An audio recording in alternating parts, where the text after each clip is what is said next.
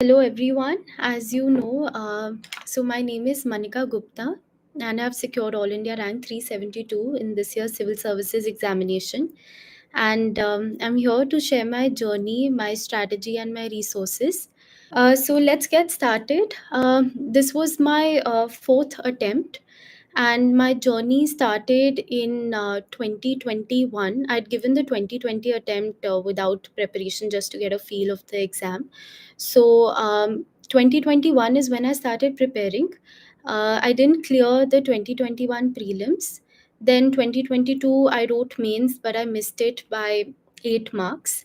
So I wrote the 2023 exam, and with God's grace, I got a rank in the final list.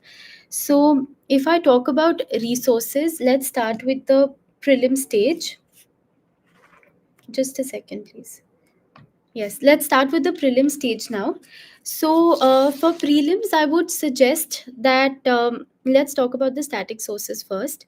So, we have geography. For geography, I did the four NCRTs. आपका जो NCRT है, and because मेरा humanities का background नहीं था, so I also took lectures Sudarshan Gurjar sir के lectures है. So I think वो बहुत कंसेप्चुअल क्लैरिटी बिल्ड करते हैं, and that helps specially in physical geography.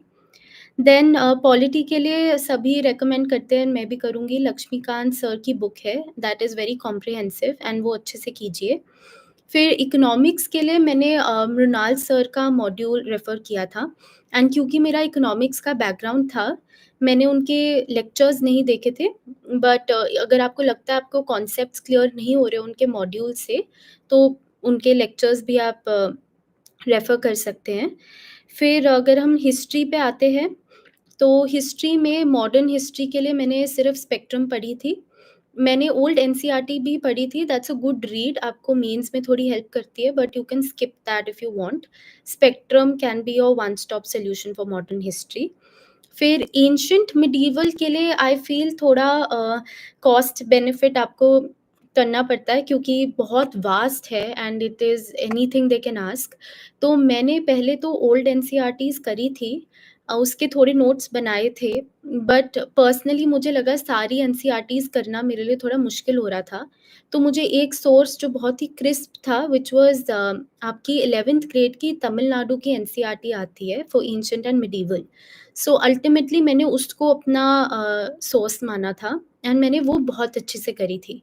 सो मैंने कहा अगर इसमें से क्वेश्चन आ जाए, मेरा गलत नहीं होना चाहिए. Then for art and culture you can do the 11th grade का फाइन आर्ट्स का text book NCERT, and Nitin Singhania के हम लिमिटेड चैप्टर्स करते हैं, like the first and the second chapters are important. Music, dance, Buddhism, Jainism, तो ये chapters, भक्ति, सूफी movement, ये चैप्टर्स आपको आने चाहिए. देन आपके और क्या, साइंस. फॉर साइंस मैंने कोई बुक एज सच रेफ़र नहीं करी थी. साइंस एंड एनवायरनमेंट के लिए मैंने एक और सोर्स जो किया था, दैट वाज़ शिवन सर के कोर्सेज़ आते हैं प्रीलिम्स के लिए, एंड वो मेंस के लिए भी पढ़ाते हैं, वो भी उनके नोट्स आप रेफ़र कर सकते हैं. सो साइंस एंड एनवायरनमेंट मैंने शिवन सर के नोट से ही किया था. और फिर मैपिंग के लिए मैंने दोबारा सुदर्शन गुर्जर सर की मैपिंग की सीरीज़ अटेंड करी थी, both for Indian geography and world mapping. आजकल ट्रेंड बदल रहा है, यूपीएससी के प्रीलिम्स के लिए वर्ल्ड मैपिंग बहुत पूछ रहे हैं, सो आई वुड रिकमेंड आप उनकी प्लेलिस्ट यूट्यूब पे भी अवेलेबल है फॉर फ्री, तो आप वो देख लीजिए. तो वर्ल्ड मैपिंग मैंने वहाँ से करी थी. एंड एक बहुत ही इम्पोर्टेंट पिलर रहता है प्रिपरेशन का, प्रीवियस ईयर क्वेश्चंस, तो मैंने भी वो किए थे. मैंने लास्ट 10 टू 15 ईयर्स के करे थे. सो उसमें आई वुड सजेस्ट कि आप पीवाईक्यूज यूज़ करिए कंटेंट के लिए, एंड पैटर्न आपको थोड़ा समझ आ सकता है कि कहाँ से क्वेश्चंस पूछ रहे हैं. बट बहुत बार हम थोड़े वर्ड्स पे ज़्यादा फोकस करते हैं कि सम यूज़ किया है तो ठीक ही होगा. वो काफ़ी बार ठीक होता है, बट आई वुड रिकमेंड आप कंटेंट के लिए ज़्यादा करिए पीवाईक्यूज. सो मेरे को एक क्वेश्चन दिख रहा है कि पीवाईक्यूज कैसे एनालाइज करना चाहिए. सो आई वुड से आप उनको ऐसे एनालाइज़ करिए कि आपको समझ आए कहाँ कौन से चैप्टर्स पे ज़्यादा फ़ोकस है. जैसे बुद्धिज़्म, जैनिज़्म हमेशा पूछते हैं. आजकल अब जैसे मैपिंग का ट्रेंड चल रहा है, तो आपको मैपिंग अच्छे से करके जानी चाहिए. फिर इकोनॉमिक्स का स्टैटिक पूछते हैं, पॉलिटी का स्टैटिक पूछते हैं. तो इन दोनों का स्टैटिक आपको अच्छे से आना चाहिए, ताकि इसमें से अगर कोई आसान सवाल हमारी नॉर्मल टेक्स्ट बुक से, जो हम स्टैंडर्ड टेक्स्ट बुक्स पढ़ते हैं, वहाँ से अगर आए, वो हमारा गलत नहीं होना चाहिए। सो ऐसे आप एनालाइज़ करिए, एंड कभी-कभार रेपिटिशन भी होती है। जैसे वायरसेस पे कोई स्टेटमेंट आई थी, वो रिपीट हुई थी कि, और जो कॉन्सेप्ट टेस्ट करा था वो ये था कि viruses can't be cultured in an artificial medium. तो वो दोबारा रिपीट हुआ था। तो कॉन्सेप्ट्स जो रिपीट हो रहे हैं, वो आपको आने चाहिए, एंड उसके उसके बाद आप बैकग्राउंड स्टडी उसकी कर सकते हैं, और जो क्वेश्चंस पूछे हैं। पीवाईक्यू से question repeat as it is नहीं होते, but as I said concept repeat हो सकते हैं। कभी कोई साइंस का कॉन्सेप्ट, पॉलिटी में जैसे क्वेश्चन आया था, एक साल आया था कि राइट टू वोट किस तरह का राइट है? Is it a constitutional right, legal right है, फंडामेंटल राइट है? फिर कुछ सालों बाद आया था राइट टू प्रॉपर्टी किस तरह का राइट है? तो ये दोनों सेम तरह के कॉन्स्टिट्यूशनल राइट्स हैं। तो ऐसे हमें मदद मिल सकती है पीवाईक्यू से। और अ, फिर हम so these were the basic sources, and मैंने न्यूज़पेपर पढ़ा था रेगुलरली, हर रोज़ ही पढ़ती थी मैं। न्यूज़पेपर में मैं हिंदू पढ़ती थी, और इंडियन एक्सप्रेस का एक बहुत अच्छा पेज आता है एक्सप्लेन्ड, सो आप उसको रेफ़र कर सकते हैं। एंड हिंदू में उनके संडे न्यूज़पेपर में एक 2 पेजेज़ आते हैं जो बहुत यूज़फुल लगे मेरे को। एक साइंस का आता है, एंड एक आपका आता है, they give you a brief of whatever main current affairs were running through the week. तो उसमें से मैं अपने नोट्स बनाती थी न्यूज़पेपर के। आप हैंड रिटन भी बना सकते हैं अगर आपको वो कंफर्टेबल है, अदरवाइज़ आप ऑनलाइन भी बना सकते हैं। It is totally upon you, please किसी को भी ब्लाइंडली आप मत फ़ॉलो कीजिए। आपका एंड गोल होना चाहिए कि आपका सारा मटेरियल कंसोलिडेट हो जाए और आपको याद रहे। तो उतना ही मटेरियल पढ़ें जितना आपको याद रहेगा, वरना उसको थोड़ा-सा पढ़ने का कोई फ़ायदा नहीं होगा एग्ज़ाम में।